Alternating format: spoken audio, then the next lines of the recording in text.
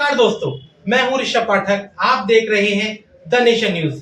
आइए नजर डालते हैं आज की कुछ खास खबरों पर। बीते दिनों 3 राज्यों में भाजपा की बम्पर जीत बेईमानी से हुई है। मोदी तानाशाह बनकर लोकतांत्रिक संस्थाओं को कुचलने का काम कर रहे हैं। यह बात जनपद औरैया के तहसील क्षेत्र के ग्राम रतनपुरी ककरैया में राष्ट्रीय संत संघदेव जी महाराज के आयोजित प्रवचन में भाग लेने आए समाजवादी पार्टी के राष्ट्रीय महासचिव स्वामी प्रसाद मौर्य ने पत्रकारों से बातचीत में कही। मौर्य ने दावा किया कि अगर ईवीएम की जगह मतपत्रों से चुनाव हो तो बीजेपी कहीं नहीं ठहर पाती। उन्होंने अंदेशा जताया कि संसदीय चुनाव में भी 2024 के संसदीय चुनाव में भी भाजपा इसी तरह से और गड़बड़ी कराकर सत्ता हासिल कर सकती है। धर्म और राजनीति के विषय पर उन्होंने कहा, राष्ट्र ही सबसे बड़ा धर्म होता है। जहां तक सनातन का हवाला है, यह अनादि है। कबीर पंथ मानवता का पोषक है। हिंदू जीवन पद्धति है। राजनीति में धर्म को नहीं लाना चाहिए।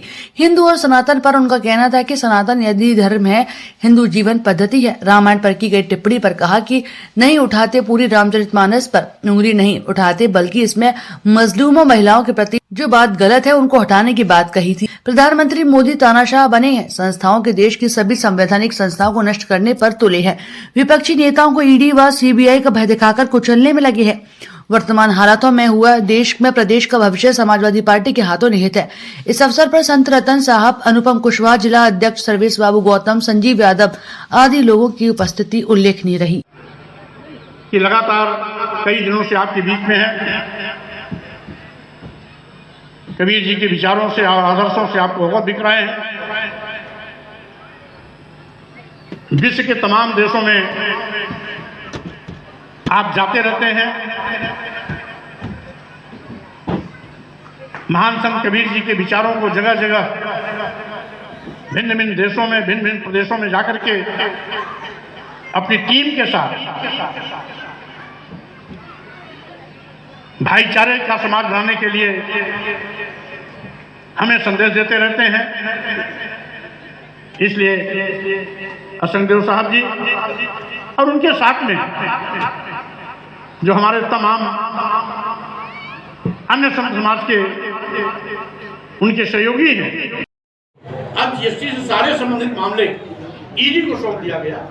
यानी अब ईडी चाहेगी तो जब भी जिस भी व्यापारी का कमर तोड़ना होगा, चुटकी बजाते उसकी कमर तोड़ देगी। इसके साथ ही साथ ये पहली मोदी जी की विफलतम सरकार है जिसने सरकारी संस्थानों, प्रतिष्ठानों, विभागों को बेचने का महापाप किया। देश के सभी बंदरगाह बेच दिए गए, एयरपोर्ट बेच दिए गए, एयर इंडिया बेच दिया गया, यहाँ तक कि सभी रेलवे स्टेशन बेच दिए गए, कई दर्जन ट्रेनें भी बेच दी गई। LIC जैसी बड़ी संस्था जिसमें लाखों लोग काम करते हैं, उसको भी अदानी को दे दिया। यानी आज देश के सारे वो सरकारी विभाग जिसमें नौजवानों को आज नहीं तो कल सरकारी नौकरियां मिलने की उम्मीदें थी, उन उम्मीदों का कत्लेआम किया गया और सरकारी विभाग जो सभी लाभ में थे उनको अदानी और अंबानी के हाथ में सौंप दिया गया। हम समझते हैं अब इन विभागों में कम से कम नौजवानों को सरकारी नौकरियां तो आज नहीं, कभी नहीं मिलेगी। और साथ ही साथ भारत यानी देश बेचने का पाप कर रहे हैं। लोकतंत्र को कुचलने की कोशिश भी है कि जिस तरीके से लोकतांत्रिक संस्थाओं को कमजोर किया जा रहा है। विपक्षी पार्टी के नेताओं के खिलाफ ईडी, सीबीआई, इनकम टैक्स लगा करके कथित आरोप लगाए जा रहे हैं, मुकदमे दर्ज किए जा रहे हैं। ये अपने आप में दुर्भाग्यपूर्ण है कि लोकतांत्रिक देश में लोकतंत्र ही कुचला जाए, तो इससे बड़ा कोई ज़्यादा हम समझते हैं सरकार की और होशियारी नहीं। देश और दुनिया की तमाम छोटी बड़ी खबरों को जानने के लिए जुड़े रहिए द नेशन न्यूज, हरदम आपके साथ।